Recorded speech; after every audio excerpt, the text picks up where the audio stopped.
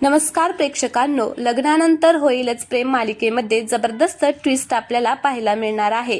काव्याचं abortion करायला गेलेल्या रम्याचं सत्य सगळ्यांसमोर काव्या कसं आणणार आहे ते आपण पाहणार आहोत। व्हिडिओ खूपच इंटरेस्टिंग असणार आहे, त्यामुळे प्लीज शेवटपर्यंत नक्की बघा। काव्या किचनमध्ये पपई हातामध्ये घेऊन उभी असते आणि त्या पपईकडे बघून थोडीशी नाराज झालेली असते। मग रम्या तिकडून येते आणि ती पाहते तर काव्याच्या हातामध्ये पपई तिला दिसते। मग काय रम्या एवढी खुश होते काव्याच्या हातामध्ये पपई पाहून आणि मग हळू चेहऱ्याचे एक्सप्रेशन बदलून येते काव्याजवळ आणि नाटक करत म्हणते की काव्या, अगं काय करते हे तू, पपई का हातामध्ये घेतलेली आहे? तर काव्या रम्याला म्हणत असते की बघ ना रम्या, किती छान पिकलेली आहे ही पपई। मला ना खरंच असं वाटतंय की या पपईला मी कधी खाते ते, माझ्या ना तोंडालाच पाणी सुटलेलं आहे ही अशी पपई पाहून। तर काव्या आता ती पपई कापायला जाते चाकू घेऊन। तेवढ्यातच रम्या म्हणत असते की अगं हे काय करतेस काव्या तू, अगं तू प्रेग्नेंट आहे म्हणून घरातील सगळेजण किती खुश आहेत आणि तू हे काय करते, पपई खाऊ नको। मग काव्या म्हणत असते की रम्या, अगं माझ्या आनंदाचं काय, मलाही पपई खाऊ वाटते, मी नाही खायची का, मी दुसऱ्यांचा विचार का करायचा, मी खाणार आहे ही पपई। आणि ती तुझी मैत्रीण आली होती ती काय बोलली होती रम्या, तिचं बोलणं तुला सुद्धा पटलं होतं की नाही, हो की नाही सांग बरं तू। मग रम्या सुद्धा आता मान हलवते आणि हो म्हणते। खरं तर प्रेक्षकांनो, मनातून रम्याला इतका आनंद झालेला असतो की काव्या पपई खाते म्हणून। तिला तर असं वाटत असतं की कधी एकदा काव्या ही पपई खाते आणि तिचं बाळ या जगात येत नाहीये, असंच तिला झालेलं असतं। मग रम्या तोंड वाकडं करून म्हणत असते की हो काव्या, मला पटलं होतं ते सगळं। मग काव्या म्हणत असते की बघ बरं, तुला पण पटलं की नाही सगळं, पण अगं रम्या तुझं बरं आहे, तू मोकळी आहेस ना, एकटी आहेस अजून, तुझं लग्न सुद्धा झालेलं नाहीये आणि तुला मूल होणार आहे याचं टेन्शन सुद्धा नाहीये, तुझ्या डोक्यावरती कसलंच टेन्शन नाहीये, तू एकदम मोकळी आहे। पण बघ ना, मी किती मोठ्या टेन्शन मधून जात आहे, सगळं टेन्शन मलाच आहे, माझं काय होतंय ना मलाच माहिती नाहीये, मला किती त्रास होतोय तुला काय सांगू मी रम्या। रम्या मात्र इथे प्रेक्षकांनो पहा तुम्ही फोटोमध्ये कसे दिसतायत तिचे एक्सप्रेशन, एकदम तिने तोंड वाकडं करून आता हसते, काय तिला खूप मनातून आनंद होत आहे, एवढा आनंद झालाय की काय बोलायलाच नको। मग काव्या म्हणत असते की नाही ग नाही, या घरात आता या क्षणी मला समजून घेणारं कोणीच नाही। तर काव्या म्हणत असते की रम्याला, रम्या तूच एक आहे जी मला समजून घेऊ शकते, मदत करशील माझी। आता ती काव्या रम्याला असं म्हणते तर रम्या लगेच म्हणत असते की काय मदत करायची आहे मी तुला।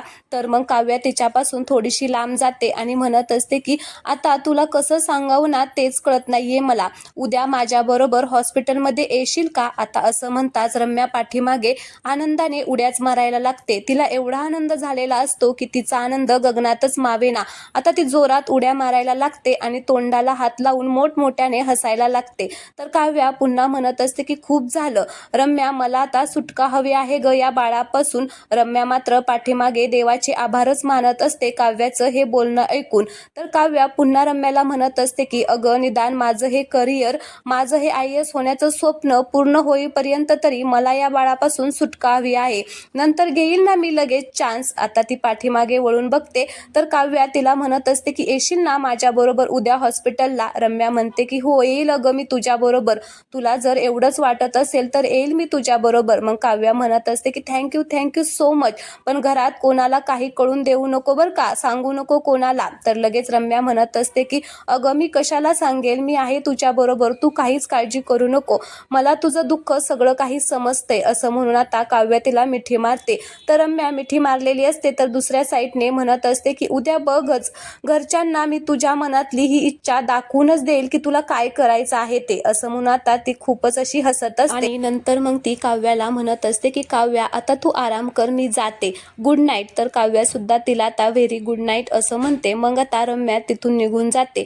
रम्या निघून गेल्यानंतर काव्या आता स्वतःशीच बोलत असते आणि म्हणत असते की किती निर्लज्ज आहे ग रम्या तू, तुला असं वाटत आहे की तू उद्या माझा पर्दाफाश करणार आहे, पण खरं तर मी उद्या तुझा पर्दाफाश करणार आहे, तुला असं दाखवून देईल की ओरिजिनल काव्या काय करू शकते ते। मला पपई खायला घालतेस काय, मी नाही तुझ्या सगळ्या वाईट सवयींचा ज्यूस केला ना तर नावाची काव्या पार देशमुख नाही, कळलं का। रम्या शितोळे ऑल द बेस्ट असं म्हणत काव्या खूपच खुश झालेली असते.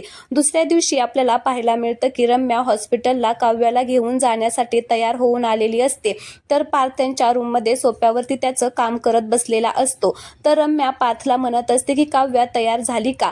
तर पार्थ काही बोलणार तेवढ्यातच तिकडून काव्या येते आणि रेडी काव्या देशमुख रेडी आहे चला असं म्हणून त्या दोघी चाललेल्या असतात. तर मग पार्थ म्हणत असतो की काय कुठे चला कुठे चाललेल्या आहात? तर काव्या चिडून म्हणत असते की बाहेर चाललोय. मग पार्थ म्हणतो की हो ते दिसतंय मला तुम्ही बाहेर चाललेला आहात ते, पण बाहेर कुठे चाललेला आहात?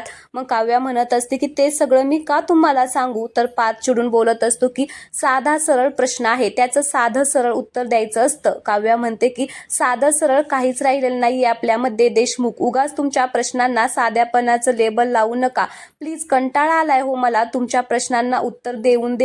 तर लगेच रम्या म्हणत असते की काव्या जाऊ दे ना, कशाला वाद घालते उगाच? अरे पार्थ आम्ही नाही ते नवीन मॉल झालाय ना तिथे चाललोय आम्ही दोघी.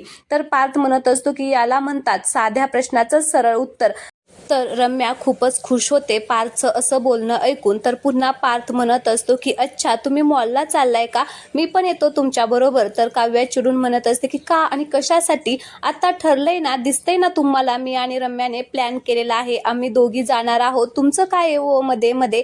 तर पार्थ म्हणत असतो की 1 मिनिट, बरं ठीक आहे तुम्ही चाललाय तर जा, पण ना व्यवस्थित जा, तिकडे मॉलमध्ये गर्दी असेल आणि मग तुम्हाला त्रास होईल, माझ्या बाळाला त्रास होईल. तर काव्या म्हणत असते की चल ग रम्या, मला नाही ते थांबायचंच नाहीये, यांच्या प्रश्नांची उत्तरं देऊन मला कंटाळा आलाय. तर लगेच रम्या म्हणत असते की वा काय भांडण पेटलंय यांचं. आता जेव्हा अवशोन करून येईल आणि पार्थला कळेल तेव्हा त्यांचं पुढचं भांडणं घरात नाही कोर्टात होईल असं म्हणून आता रम्या खूपच खुश झालेली असते. तर काव्या तिला म्हणत असते की चलतीयस ना?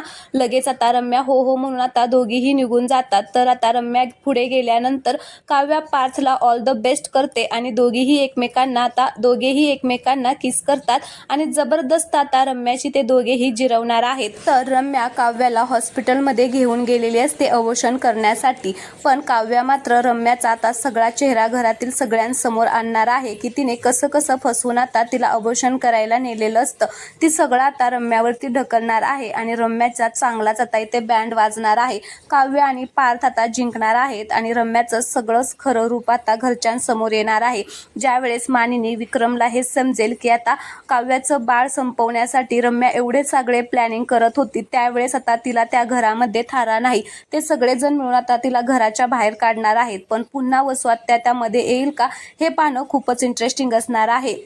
रम्याने एवढ्या दिवस गोड बोलून जसं काव्याला गोड बोलून घोळात घेतलेला आहे, ते आता काव्या जी जुनी काव्या झालेली आहे ती रम्याचं सगळं रूप बाहेर काढणार आहे आणि मग सगळ्यांना समजणार आहे की रम्याने काय केलं होतं ते. तर चला प्रेक्षकांनो, आजचा हा भाग तुम्हाला आवडला असेल तर प्लीज चॅनलला सबस्क्राईब करा आणि व्हिडिओला लाईक करायला अजिबात विसरू नका, कारण पुढचे अपडेट फक्त आणि फक्त तुम्हाला या चॅनलवरती पाहायला मिळणार आहेत. धन्यवाद.